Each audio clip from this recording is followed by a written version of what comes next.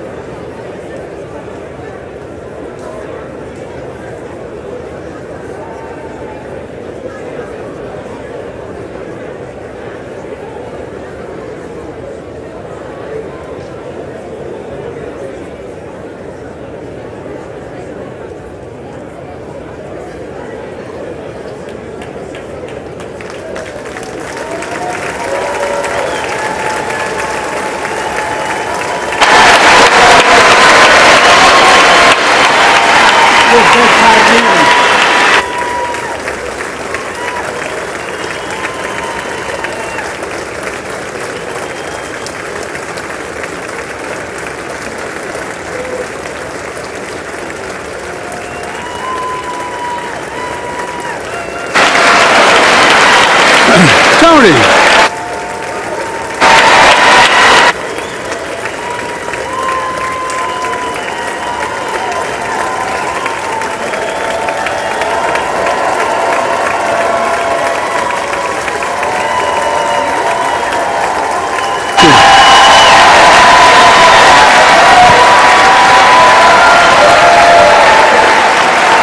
Jill.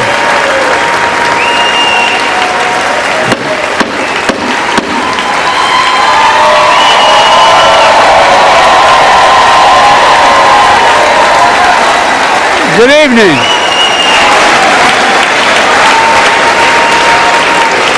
Good evening. If I were smart, I'd go home now.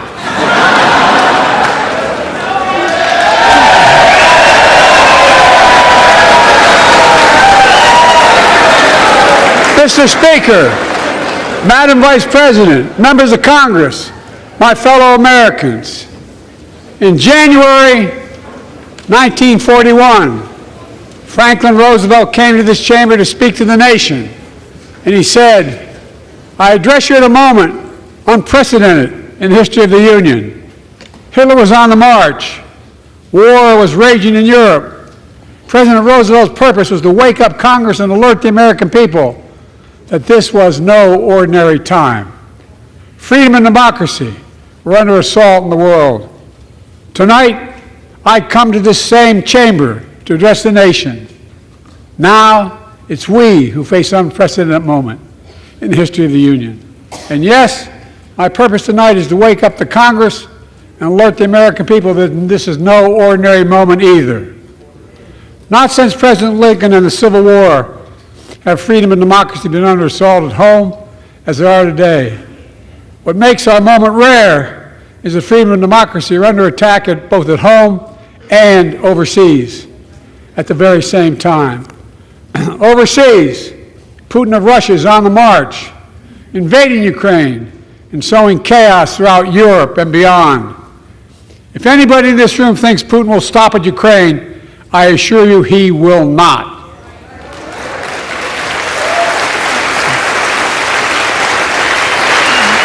But Ukraine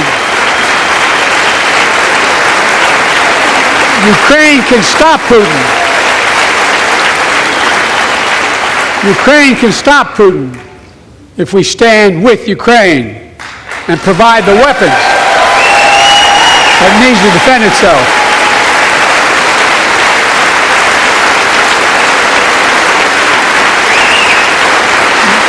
That is all. That is all Ukraine is asking. They're not asking for American soldiers. In fact, there are no American soldiers at war in Ukraine, and I'm determined to keep it that way. But now, assistance to Ukraine is being blocked by those who want to walk away from our world leadership. It wasn't long ago when a Republican president named Ronald Reagan thundered, "Mr. Gorbachev, tear down this wall."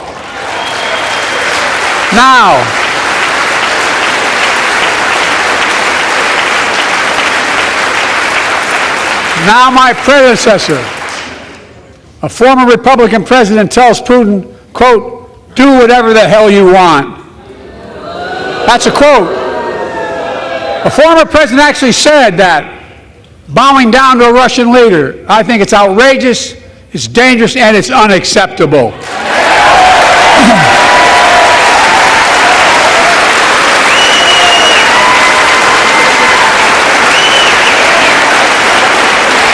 America is a founding member of NATO, the military alliance of democratic nations created after World War II to prevent war and keep the peace. And today, we've made NATO stronger than ever. We welcomed Finland to the alliance last year. And just this morning, Sweden officially joined, and their minister is here tonight. I'm going to stand up. Welcome. Welcome, welcome, welcome.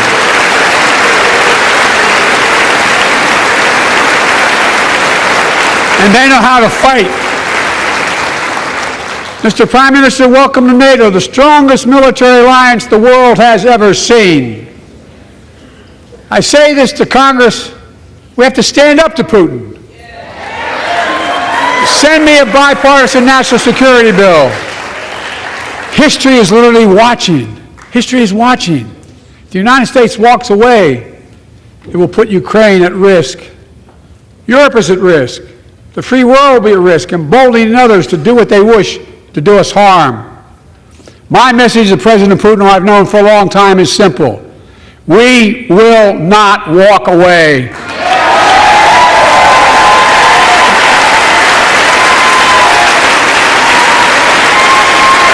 We will not bow down.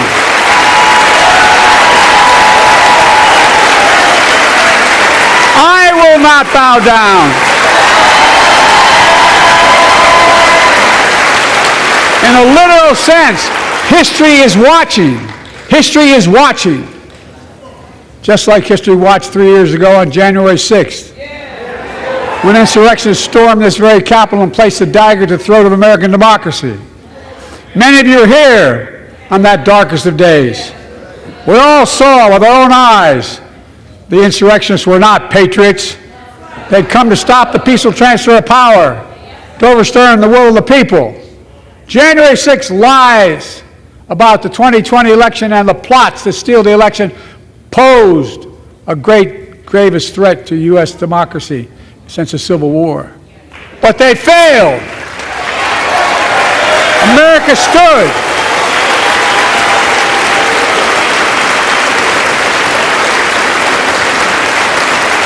America stood strong and democracy prevailed. We must be honest. The threat to democracy must be defended. My predecessor and some of you here seek to bury the truth about January 6th. I will not do that. This is the moment to speak the truth and to bury the lies. Here's the simple truth. You can't love your country only when you win.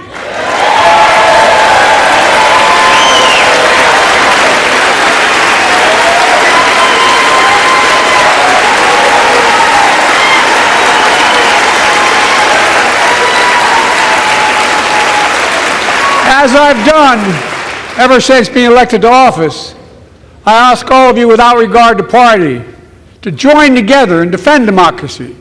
Remember your oath of office is defending against all threats, foreign and domestic.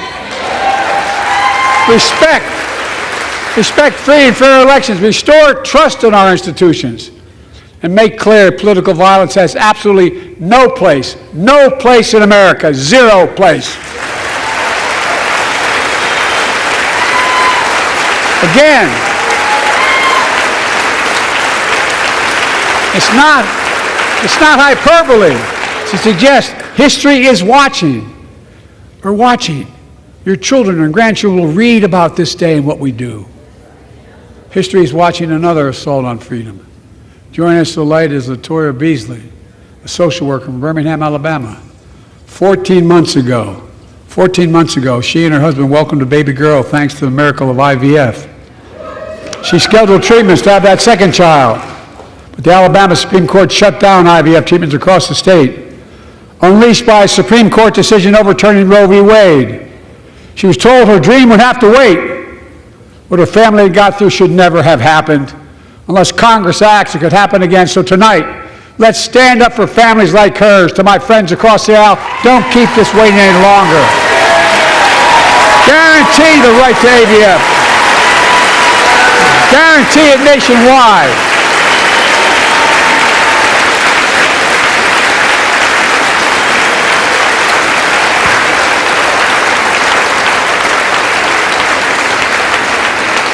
Like most Americans, I believe Roe v. Wade got it right.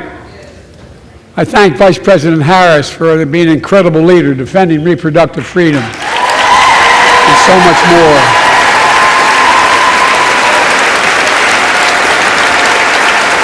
Thank you. My predecessor came to office determined to see Roe v. Wade overturned. He's the reason it was overturned, and he brags about it. Look at the chaos that has resulted. Joining us tonight is Kate Cox, the wife and mother from Dallas. She's become pregnant again and had a fetus of a fatal condition. Her doctor told Kate that her own life and her ability to have children in the future were at risk if she didn't act. Because Texas law banned her ability to act, Kate and her husband had to leave the state to get what she needed. What her family got through should have never happened as well, but it's happening in too many others. There are state laws banning the freedom to choose, criminalizing doctors, forcing survivors of rape and incest to leave their states to get the treatment they need. Many of you in this chamber and my predecessor are promising to pass a national ban on reproductive freedom. My God, what freedom else would you take away? Look, it's a decision to overturn Roe v. Wade. The Supreme Court majority wrote the following, and with all due respect, justices, women are not without electoral power. Electoral or political power. You're about to realize just how much you're right about that.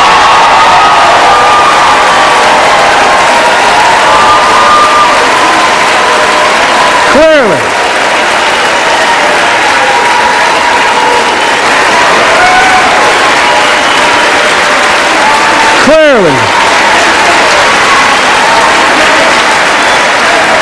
those bragging about overturning Roe v. Wade have no clue about the power of women. But they found out when reproductive freedom was on the ballot. We won in 2022 and 2020, and we'll win again in 2024.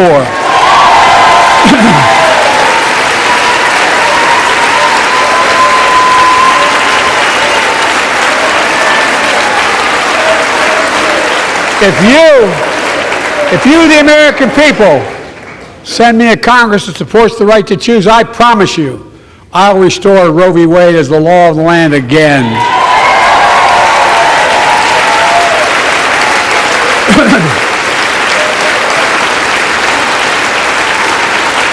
Folks, America cannot go back.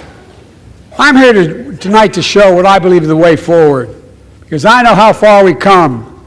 4 years ago next week, before I came to office, the country was hit by the worst pandemic and the worst economic crisis in a century. Remember the fear, record losses, remember the spikes in crime and the murder rate, raging virus that took more than 1 million American lives, of loved ones, millions left behind, a mental health crisis of isolation and loneliness. A president, my predecessor, failed the most basic presidential duty that he owes to American people, the duty to care. I think that's unforgivable. I came to office determined to get us through one of the toughest periods in the nation's history. We have. It doesn't make news, but in 1,000 cities and towns, the American people are writing the greatest comeback story never told.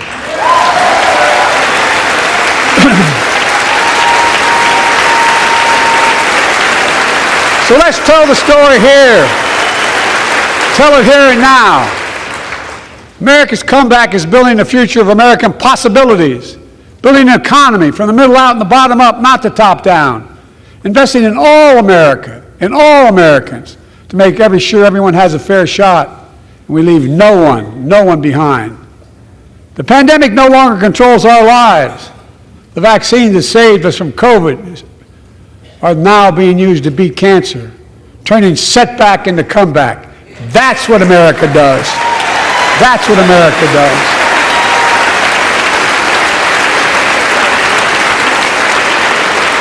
Folks, I inherited an economy that's on the brink. Now our economy is literally the envy of the world. 15 million new jobs in just 3 years, a record, a record. Unemployment at 50-year lows. A record 16 million Americans are starting small businesses, and each one is a little act of hope.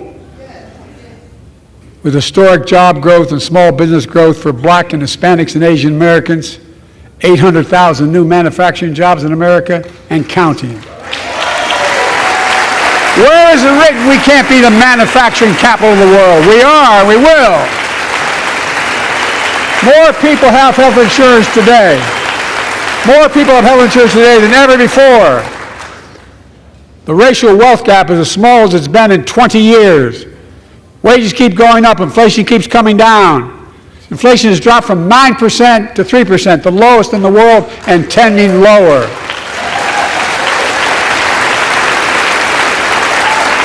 The landing is and will be soft. And now, instead of importing foreign products and exporting American jobs, we're exporting American products and creating American jobs. Right here in America, where they belong.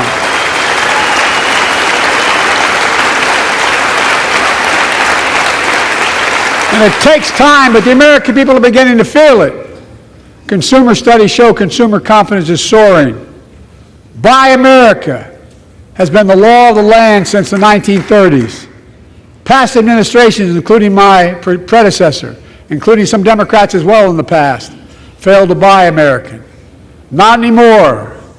On my watch, federal projects that you fund, like helping build American roads, bridges, and highways, will be made with American products and built by American workers.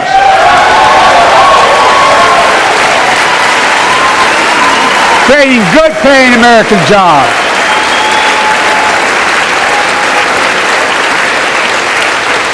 And thanks to our CHIPS and Science Act, the United States is investing more in research and development than ever before.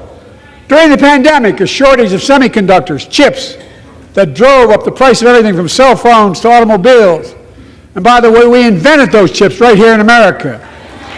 Well, instead of having to import them, private companies are now investing billions of dollars to build new chip factories here in America, creating tens of thousands of jobs. Many of those jobs paying $100,000 a year and don't require a college degree.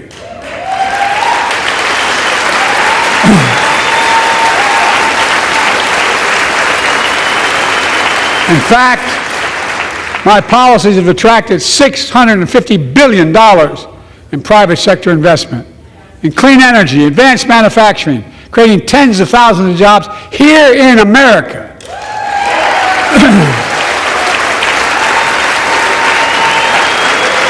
And thanks to our bipartisan infrastructure law, 46,000 new projects have been announced all across your communities.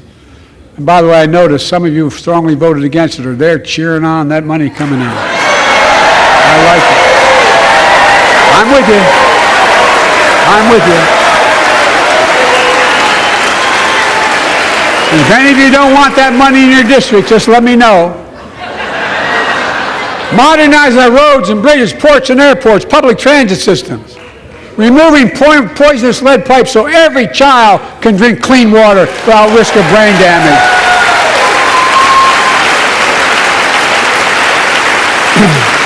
Providing affordable high-speed internet for every American, no matter where you live, urban, suburban, or rural communities, in red states and blue states. Record investments in tribal communities. Because of my investment in family farms, because I invested in family farms led by my Secretary of Agriculture, who knows more about this than anybody I know, we're better able to stay in the family for those farms and their children and grandchildren won't have to leave home to make a living. It's transformative. The great comeback story is Belvedere, Illinois, home to an auto plant for nearly 60 years. Before I came to office, the plant was on its way to shutting down. Thousands of workers feared for their livelihoods. Hope was fading. Then I was elected to office and we raised the Belvedere repeatedly with auto companies, knowing unions would make all the difference. The UAW worked like hell to keep the plant open and get these jobs back, and together we succeeded. Instead of auto factories shutting down, auto factories reopening, and new state-of-the-art battery factories being built to power those cars there at the same.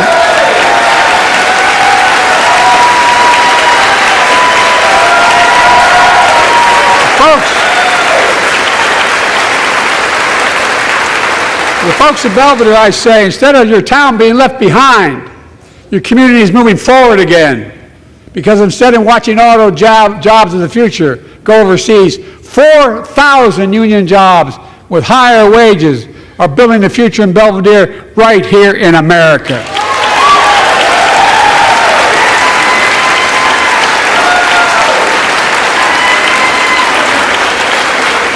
Here tonight is UAW President Shawn Fain, a great friend and a great labor leader. Shawn, where are you? Stand up.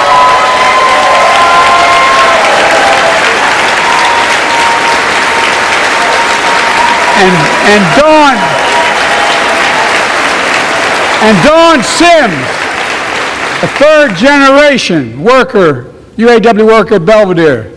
Shawn, I was proud to be the first president to stand on the picket line, and today, Dawn has a good job in her hometown, providing stability for her family and pride and dignity as well. Showing once again, Wall Street didn't build America. They're not bad guys. They didn't build it, though. The middle class built the country, and unions built the middle class.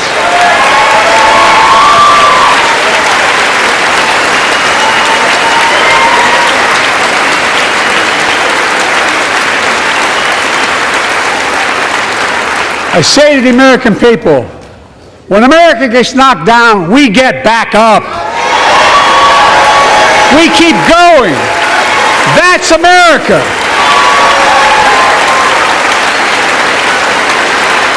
That's you, the American people. It's because of you America's coming back. It's because of you our future is brighter. It's because of you that tonight we can proudly say the state of our union is strong and getting stronger.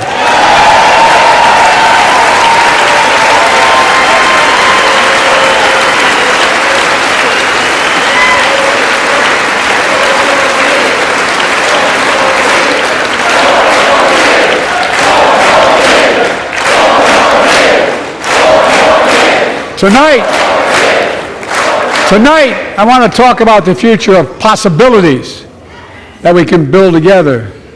A future where the days of trickle-down economics are over and the wealthy and the biggest corporations no longer get all the tax breaks. And by the way, I understand corporations. I come from a state that has more corporations invested than every one of your states in the United States combined.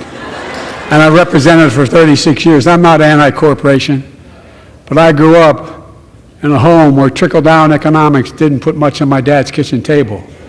That's why I determined to turn things around so middle class does well. When they do well, the poor go way up and the wealthy still do very well. We all do well. And there's more to do to make sure you're feeling the benefits of all we're doing. Americans pay more for prescription drugs than anywhere in the world. It's wrong, and I'm ending it.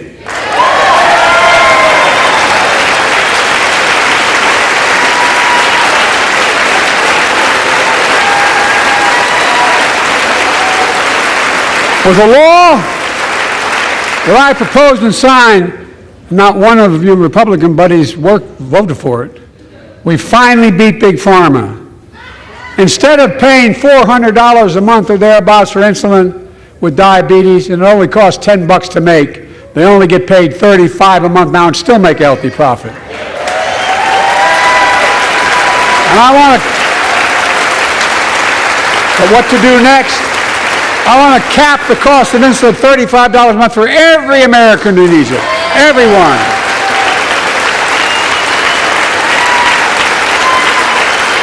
For years, people have talked about it, but finally we got it done and gave Medicare the power to negotiate lower prices on prescription drugs, just like the VA is able to do for veterans. That's not just saving seniors money, it's saving taxpayers money. We cut the federal deficit by $160 billion. Because Medicare will no longer have to pay those exorbitant prices to Big Pharma. This year, Medicare is negotiating lower prices for some of the costliest drugs on the market to treat everything from heart disease to arthritis. It's now time to go further and give Medicare the power to negotiate lower prices for 500 different drugs over the next decade. We're making a lot of money, guys. And they'll still be extremely profitable. Will not only save lives, it will save taxpayers another $200 billion. Starting next year, the same law caps total prescription drug costs for seniors on Medicare at $2,000 a year, even for expensive cancer drugs that cost $10,000, $12,000, $15,000. I want to cap prescription drug costs at $2,000 a year for everyone. Folks, I'm going to get in trouble for saying that, but if you want to get an Air Force One and fly to Toronto, Berlin, Moscow, even Moscow, probably. And bring your prescription with you, and I promise you I'll get it for you for 40% the cost you're paying now. Same company, same drug, same place. Folks, the Affordable Care Act, the old Obamacare, it's still a very big deal.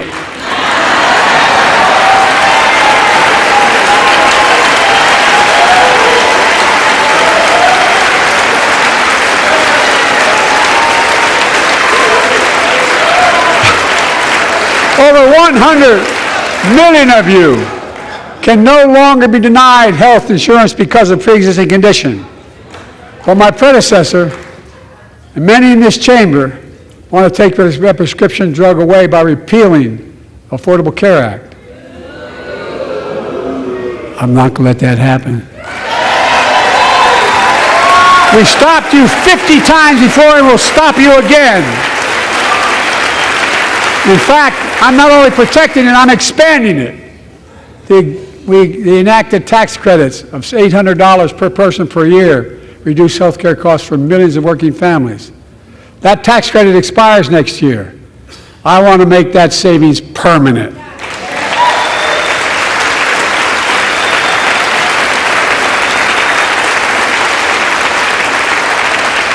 To state the obvious, women are more than half our population. But research on women's health has always been underfunded. That's why we're launching the first ever White House initiative on women's health research, led by Jill, doing an incredible job as First Lady.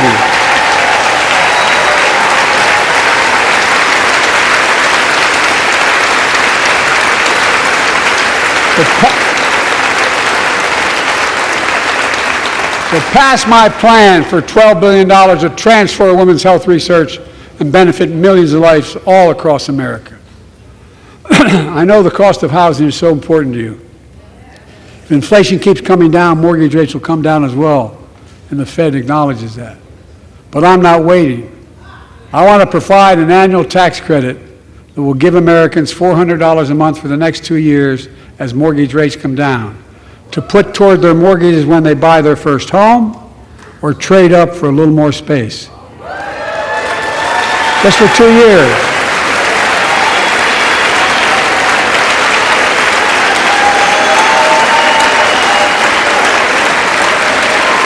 And my administration is also eliminating title insurance on federally backed mortgages. When you refinance your home, you can save $1,000 or more as a consequence. For millions of renters, we're cracking down on big landlords who use antitrust law, who break antitrust laws by price fixing and driving up rents. We've cut red tape so builders can get federally financing, which is already helping build a record 1.7 million new housing units nationwide. Now pass and build and renovate 2 million affordable homes and bring those rents down.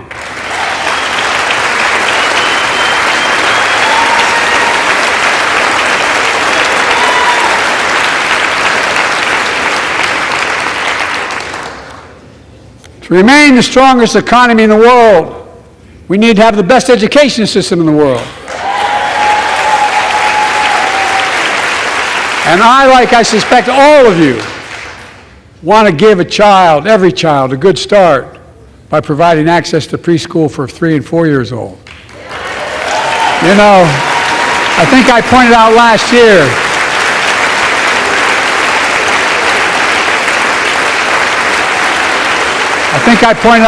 year, that children coming from broken homes where there's no books, they're not read to, not spoken to very often, start school, kindergarten, or first grade, having heard 1 million fewer words spoken. Well, studies show that children who go to preschool are nearly 50% more likely to finish high school, go on to earn a 2- and 4-year degree, no matter what their background is.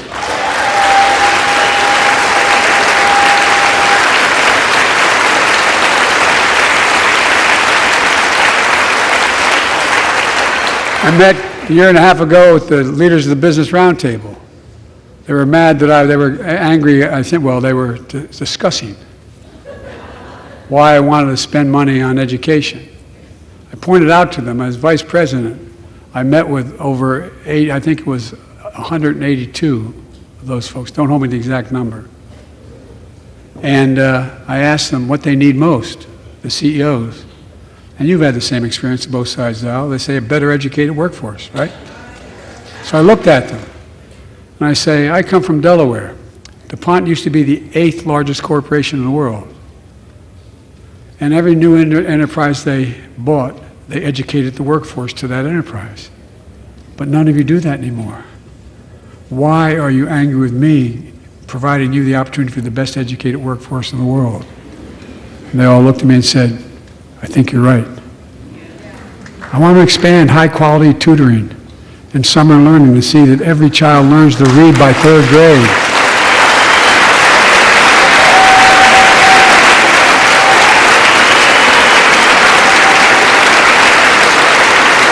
I'm also connecting local businesses and high schools so students get hands-on experience and a path to a good-paying job whether or not they go to college.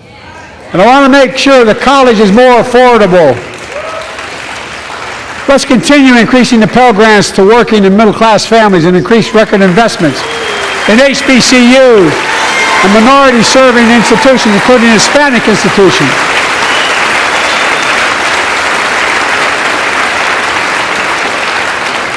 When I was told I couldn't universally just change the way in which we dealt with student loans, I fixed 2 student loan programs that already existed to reduce the burden of student debt for nearly 4 million Americans, including nurses, firefighters, and others in public service. Like Keenan Jones, a public educator from Minnesota, who's here with us tonight. Keenan, where are you? Keenan, thank you. He's educated hundreds of students so they can go to college. Now he's able to help, after debt forgiveness, get his own daughter to college.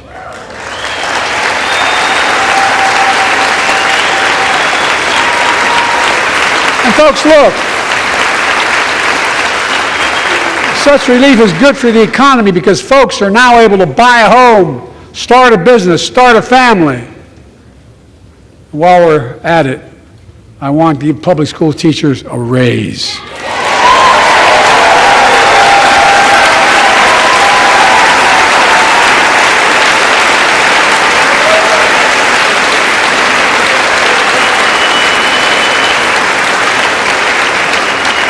And by the way, the first couple of years, we cut the deficit. Now, let me speak to the question of fundamental fairness for all Americans. I've been delivering real results in fiscally responsible ways. We've already cut the federal deficit. We've already cut the federal deficit over $1 trillion. I signed the bipartisan deal to cut another $1 trillion in the next decade. It's my goal to cut the federal deficit another $3 trillion by making big corporations and very wealthy finally beginning to pay their fair share.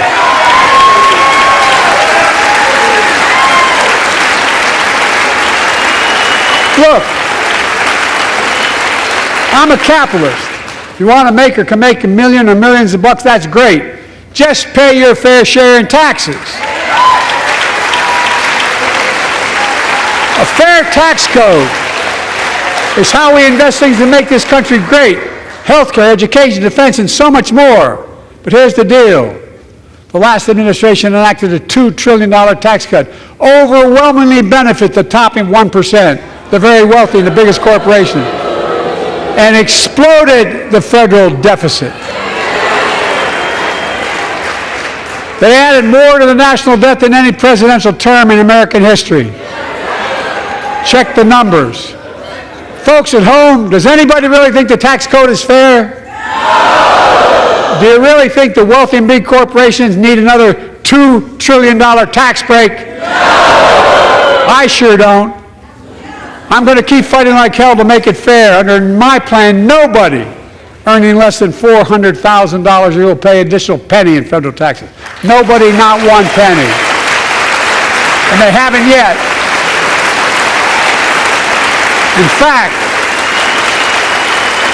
The child tax credit I passed during the pandemic cut taxes for millions of working families and cut child poverty in half. Restore that child tax credit. No child should go hungry in this country. The way to make the tax code fair is to make big corporations and the very wealthy begin to pay their fair share. Remember in 2020, 55 of the biggest companies in America made $40 billion and paid zero in federal income tax. Zero. Not anymore. Thanks to the law I wrote and we signed, big companies have to pay a minimum of 15%. But that's still less than working people pay in federal taxes. It's time to raise corporate minimum tax to at least 21%.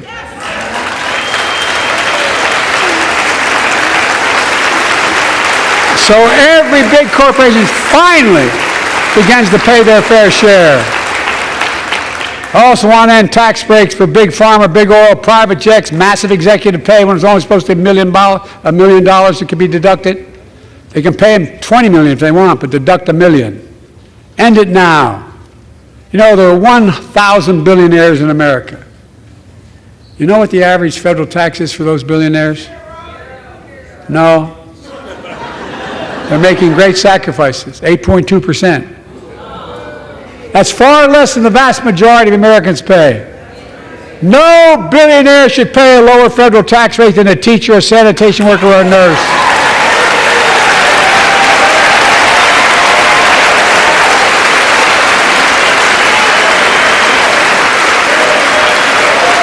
I propose a minimum tax for billionaires of 25%, just 25%. You know what that would raise? That would raise $500 billion over the next 10 years. And imagine what that could do for America. Imagine a future with affordable child care. Millions of families can get they need to go to work to help grow the economy.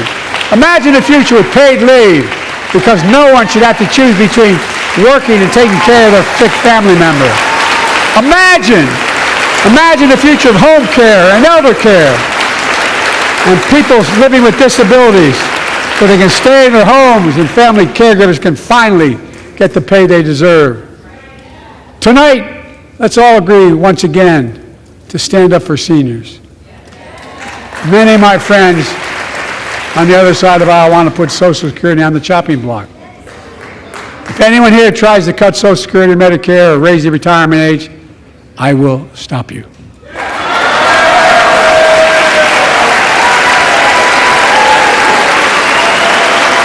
The working people who built this country pay more into Social Security than millionaires and billionaires do. It's not fair. We have two ways to go.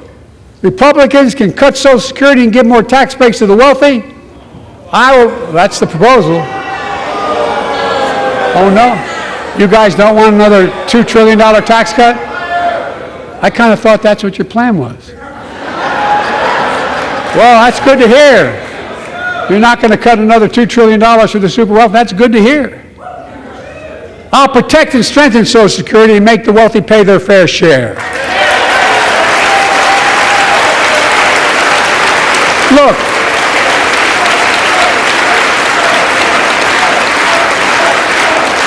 too many corporations raise prices to pad their profits, charging more and more for less and less. That's why we're cracking down on corporations that engage in price gouging and deceptive pricing, from food to health care to housing. In fact, the snack companies think you won't notice if they change the size of the bag and put a hell of a lot fewer, same size bag, put fewer chips in it. No, I'm not joking. It's called shrinkflation. Pass Bobby Casey's bill and stop this. I really mean it.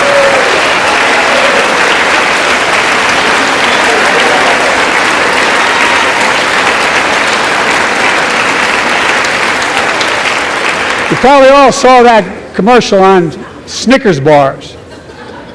You get charged the same amount, and you got about, I don't know, 10% fewer Snickers in it. Look, I'm also getting rid of junk fees. Those hidden fees at the end of your bill that are there without your knowledge.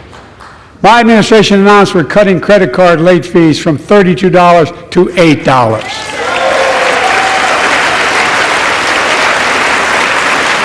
Banks and credit card companies are allowed to charge what it costs them to instigate the collection. And that's more a hell of a lot like $8 and 30-some dollars. They don't like it. Credit card companies don't like it. But I'm saving American families $20 billion a year with all the junk fees I'm eliminating. Folks at home, that's why the banks are so mad. It's $20 billion in profit. I'm not stopping there. My administration has proposed rules to make cable, travel, utilities, and online ticket sellers tell you the total price up front so there are no surprises. It matters. It matters. And so does this. In November, my team began serious negotiation with a bipartisan group of senators. The result was a bipartisan bill with the toughest set of border security reforms we've ever seen. Oh, you don't think so? Oh, you don't like that bill, huh? That conservatives got together and said it was a good bill? I'll be darned. That's amazing. That bipartisan bill would hire 1,500 more security agents and officers, 100 more immigration judges to help tackle the backload of 2 million cases, 4,300 more asylum officers, and new policies so they can resolve cases in 6 months instead of 6 years now.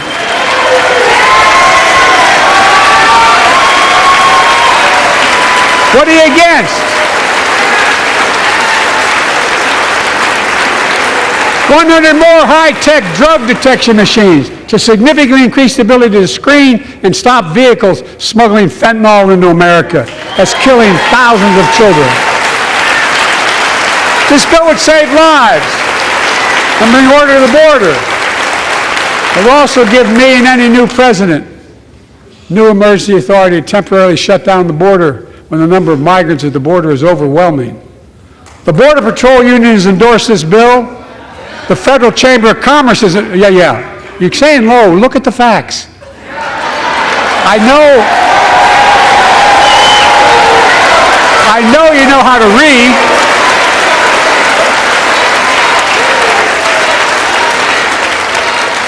I believe that given the opportunity for a majority in the House and Senate would endorse the bill as well, a majority right now. But unfortunately, politics has derailed this bill so far.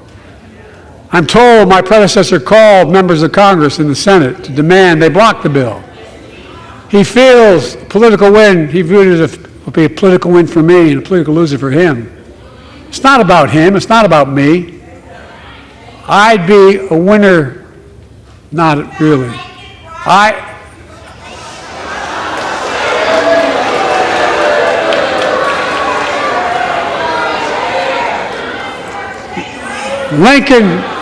Lincoln Riley, an innocent young woman who was killed by an illegal. That's right. But how many of thousands of people being killed by illegals? To her parents, I say, my heart goes out to you, having lost children myself. I understand. But look, if we change the dynamic at the border, people pay these smugglers $8,000 to get across the border because they know if they get by and let into the country, it's 6 to 8 years before they have a hearing. And it's worth it taking the chance of the $8,000. But if it's only 6 weeks, the idea is it's highly unlikely that people will pay that money and come all that way knowing that they'll be able to be kicked out quickly. Folks, I would respectfully suggest my Republican friends owe it to the American people, get this bill done. We need to act now.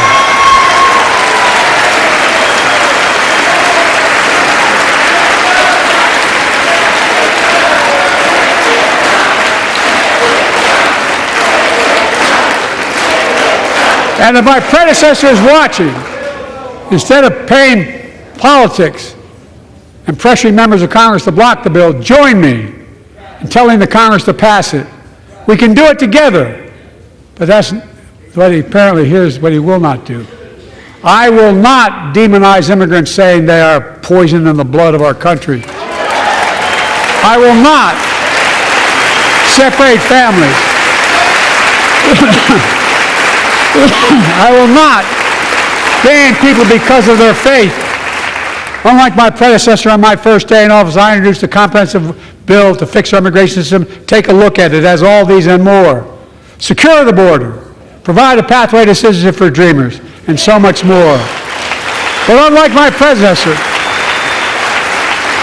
I know who we are as Americans. We're the only nation in the world with a heart and soul that draws from old and new. Home to Native Americans, whose ancestors have been here for thousands of years. Home to people of every place, from every place on earth. They came freely. Some came in chains. Some came when famine struck, like my ancestral family in Ireland. Some to flee persecution, to chase dreams that are impossible anywhere but here in America. That's America. And we all come from somewhere, but we're all Americans.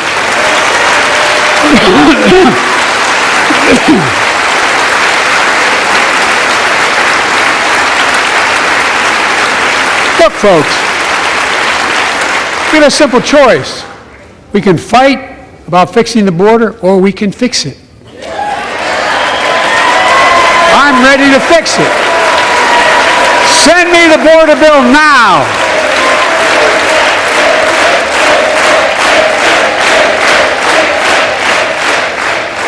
A transformational moment in history happened 59 years ago today in Selma, Alabama.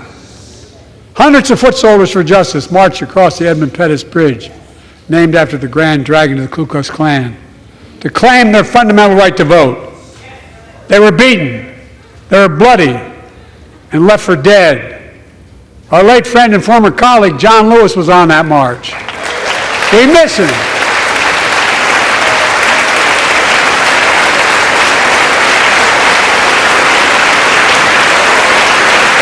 But joining us tonight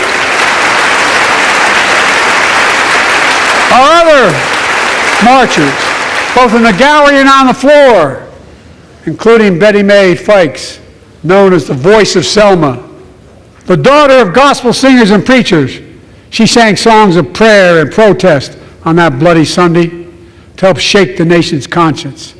5 months later, the Voting Rights Act passed and was signed into law.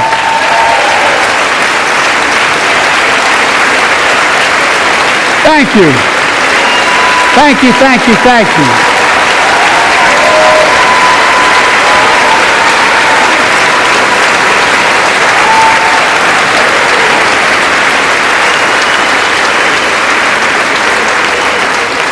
But 59 years later, their forces taking us back in time.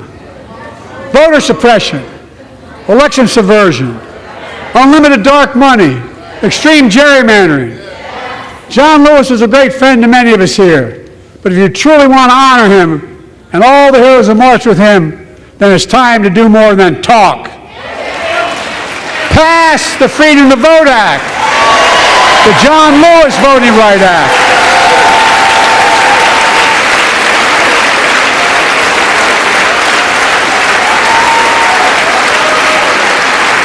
And stop denying another core value of America, our diversity across American life. Banning books, it's wrong. Instead of erasing history, let's make history. I want to protect fundamental rights. Pass the Equality Act. And my message to transgender Americans is, I have your back. Pass the PRO Act for workers' rights. Raise the federal minimum wage, because every worker has a right to a decent living more than $7 an hour. We're also making history by confronting the climate crisis, not denying it. I don't think any of you think there's no longer a climate crisis. At least I hope you don't. I'm taking the most significant action ever on climate in the history of the world. I'm cutting our carbon emissions in half by 2030, creating tens of thousands of clean energy jobs like the IBEW workers building and installing 500,000 electric vehicle charging stations. Conserving 30% of America's lands and waters by 2030. And taking action on environmental justice, fence-line communities smothered by the legacy of pollution. And patterned after the Peace Corps and AmeriCorps, I launched the Climate Corps to put 20,000 young people to work in the forefront of our clean energy future. I'll triple that number in a decade.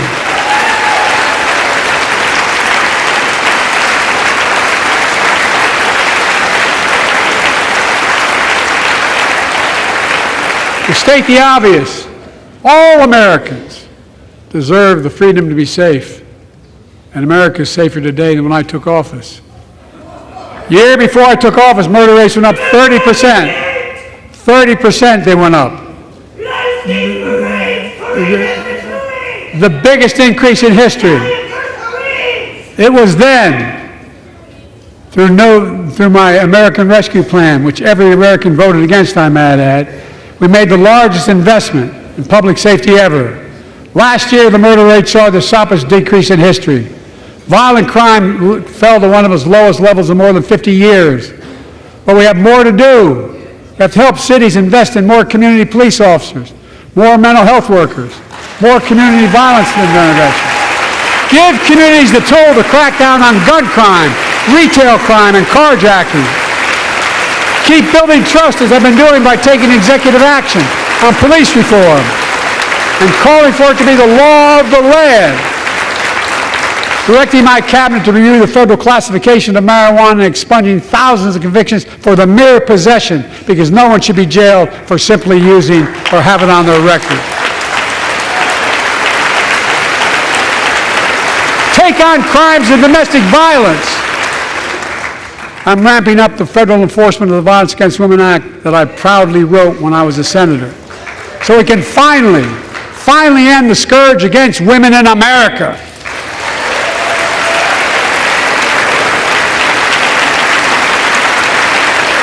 There are other kinds of violence I want to stop.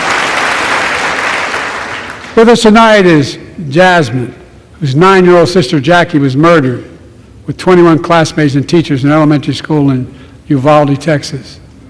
Very soon after that happened, Jill and I went to Uvalde for a couple of days. We spent hours and hours with each of the families. We heard their message, so everyone in this room, in this chamber, could hear the same message. The constant refrain, and I was there for hours meeting with every family. They said, do something. Do something. Well, I did do something by establishing the first ever Office of Gun Violence Prevention in the White House, that the Vice President is leading the charge. Thank you for doing it.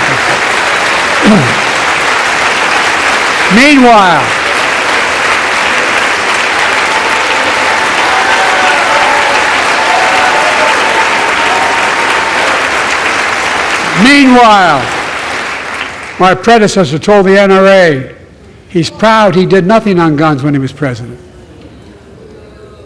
Oh. After another shooting in Iowa recently, he said, when asked what to do about it, he said, just get over it. There's his quote, just get over it. I say, stop it. Stop it, stop it, stop it.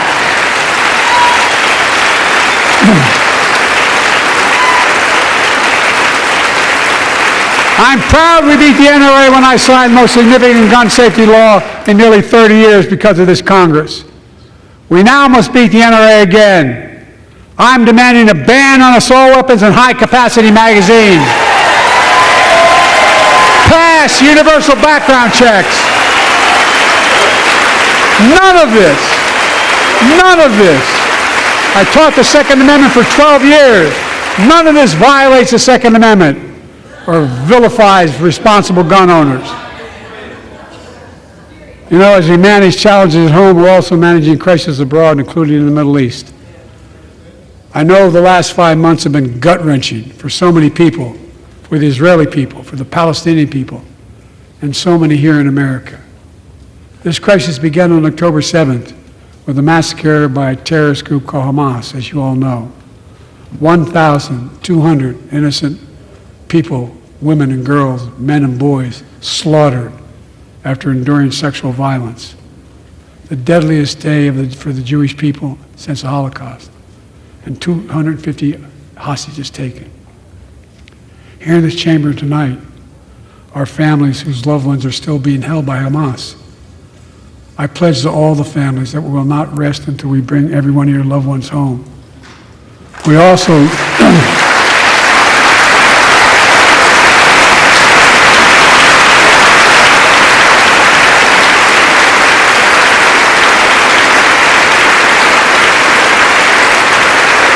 will also work around the clock to bring home Evan and Paul, Americans being unjustly detained by the Russians and others around the world. Israel has the right to go after Hamas. Hamas ended this conflict by releasing hostages, laying down arms, could end it by releasing the hostages, laying down arms, and surrendering those responsible for October 7th. But Israel has Israel has an added burden because Hamas hides and operates among the civilian population like cowards, under hospitals, daycare centers, and all the like. Israel also has a fundamental responsibility, though, to protect innocent civilians in Gaza.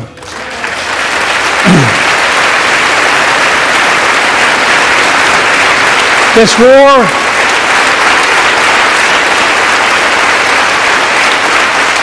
has taken a greater toll on innocent civilians than all previous wars in Gaza combined.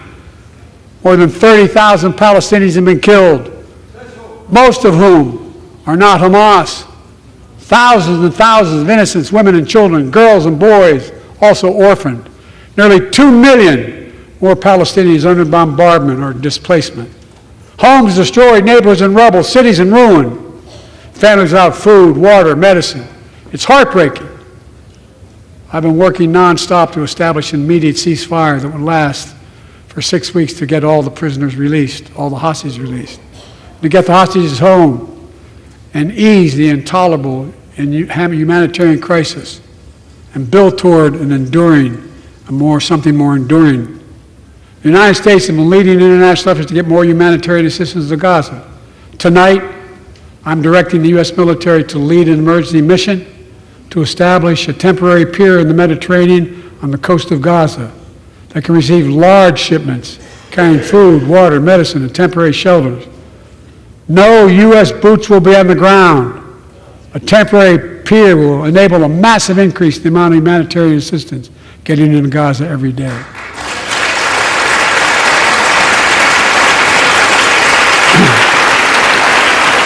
And Israel must do its part.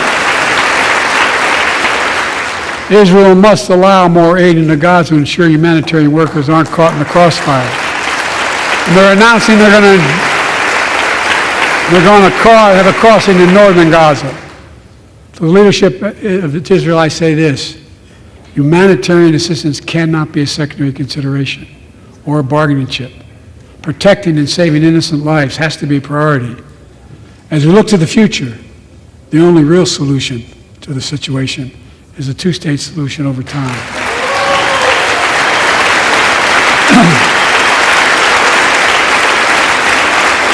And I say this as a lifelong supporter of Israel. My entire career, no one has a stronger record with Israel than I do. I challenge any of you here. I'm the only American president to visit Israel in wartime. But there is no other path that guarantees Israel's security and democracy. There is no other path that guarantees that Palestinians can live in peace with peace and dignity. And there's no other path that guarantees peace between Israel and all of its neighbors, including Saudi Arabia, with whom I'm talking. Creating stability in the Middle East also means containing the threat posed by Iran. That's why I built a coalition of more than a dozen countries to defend international shipping and freedom of navigation in the Red Sea. I've ordered strikes to degrade the Houthi capability and defend U.S. forces in the region. As Commander-in-Chief, I will not hesitate to direct further measures to protect our people and our military personnel.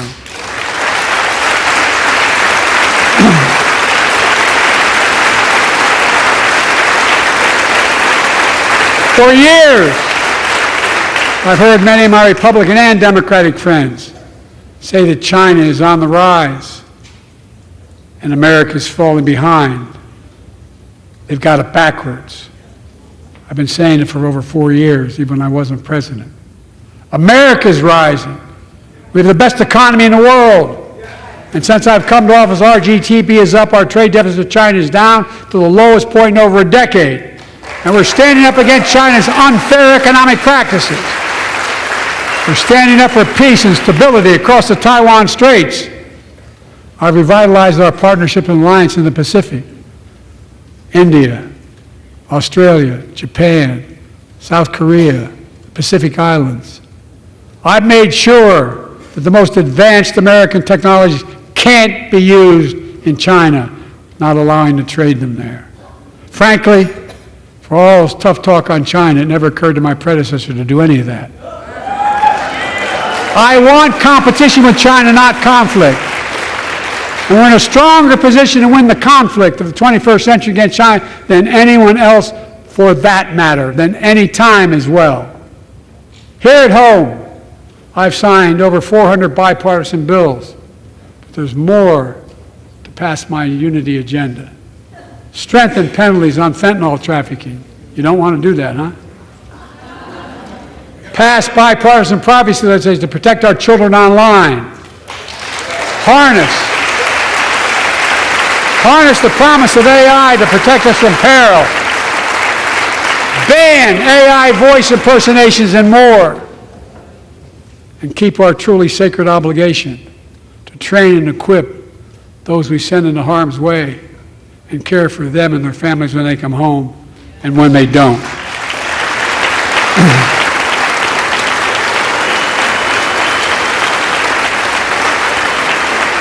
That's why the song Support and Help of Dennis and the VA, I signed the PACT Act.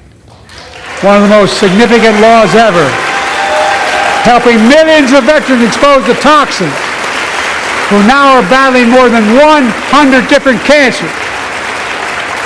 Many of them don't come home, but we owe them and their families support. We owe it to ourselves to keep supporting our new health research agency called ARPA-H. And remind us that we can do big things, like end cancer as we know it, and we will.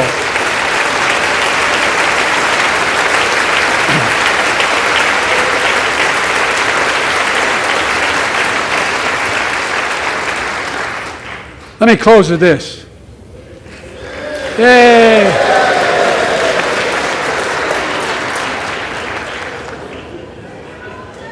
I know you don't want to hear any more, Lindsay, but I got to say a few more things. I know it may not look like it, but I've been around a while. When you get to be my age, certain things become clearer than ever. I know the American story. Again and again, I've seen the contest between competing forces in the battle for the soul of our nation. Between those who want to pull America back to the past and those who want to move America into the future. My lifetime has taught me to embrace freedom and democracy, a future based on core values that have defined America: honesty, decency, dignity, equality, to respect everyone, to give everyone a fair shot, to give hate no safe harbor. Now, other people my age see it differently. The American story of resentment, revenge, and retribution, that's not me. I was born amid World War II, when America stood for the freedom of the world. I grew up in Scranton, Pennsylvania, and Claymont, Delaware, among working class people who built this country. I watched in horror as two of my heroes, like many of you did, Dr. King and Bobby Kennedy, were assassinated. And their legacies inspired me to pursue a career in service. I left the law firm and became a public defender because my city of Wilmington was the only city in America occupied by the National Guard after Dr. King was assassinated because of the riots. And I became a county councilman almost by accident. I got elected to the United States Senate when I had no intention of running at age 29. Then Vice President, or our first black president. now President, to the first women Vice President.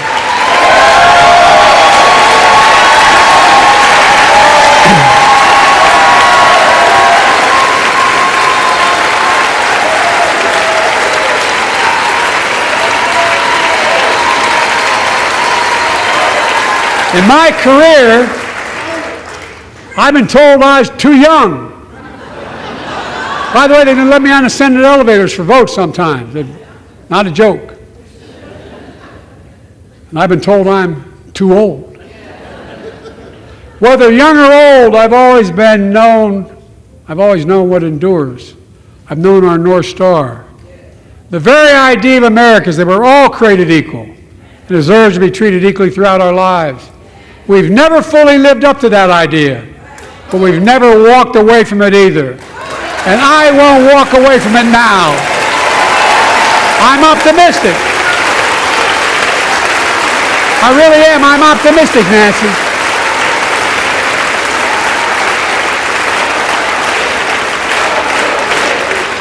My fellow Americans, the issue facing our nation isn't how old we are.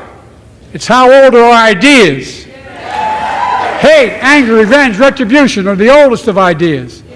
But you can't lead America with ancient ideas that only take us back. You lead America, the land of possibilities. You need a vision for the future and what can and should be done. Tonight you've heard mine. I see a future where defending democracy, you don't diminish it. I see a future where we restore the right to choose and protect our freedoms, not take them away. I see a future where the middle class finally has a fair shot and the wealthy have to pay their fair share in taxes. I see a future where we save the planet from the climate crisis and our country from gun violence. Above all, I see a future for all Americans. I see a country for all Americans. And I will always be president for all Americans because I believe in America. I believe in you, the American people. You're the reason we've never been more optimistic about our future than I am now. So let's build the future together. Let's remember who we are. We are the United States of America. And there is nothing beyond our capacity when we act together. God bless you all, and may God protect our troops. Thank you, thank you, thank you.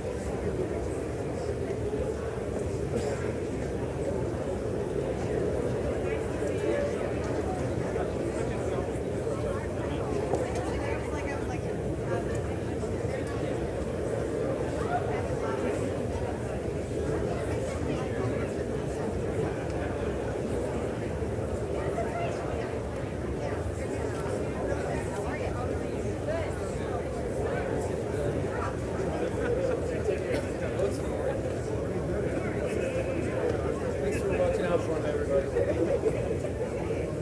I'll take it from here.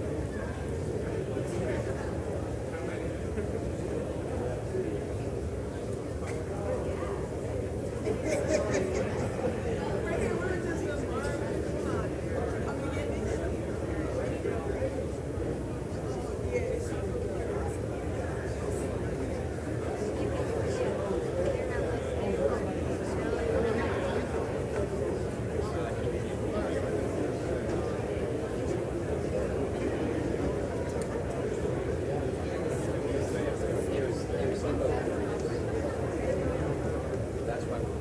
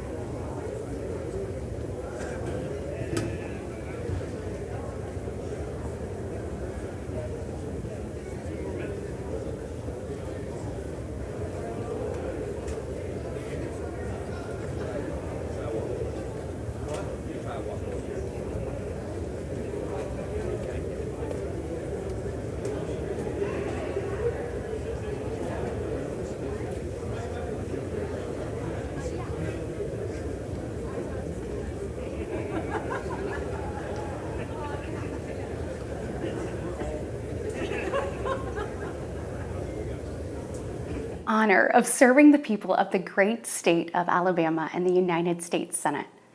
However, that's not the job that matters most. I am a proud wife and mom of 2 school-aged kids. My daughter Bennett and my son Ridgway are why I ran for the Senate. I'm worried about their future and the future of children in every corner of our nation. And that's why I invited you into our home tonight.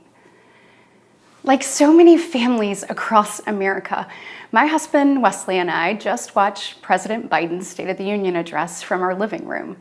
And what we saw was the performance of a permanent politician who has actually been in office for longer than I've been alive. One thing was quite clear, though. President Biden just doesn't get it. He's out of touch. Under his administration, families are worse off, our communities are less safe, and our country is less secure. I just wish he understood what real families are facing around kitchen tables just like this one. You know, this is where our family has tough conversations. It's where we make hard decisions. It's where we share the good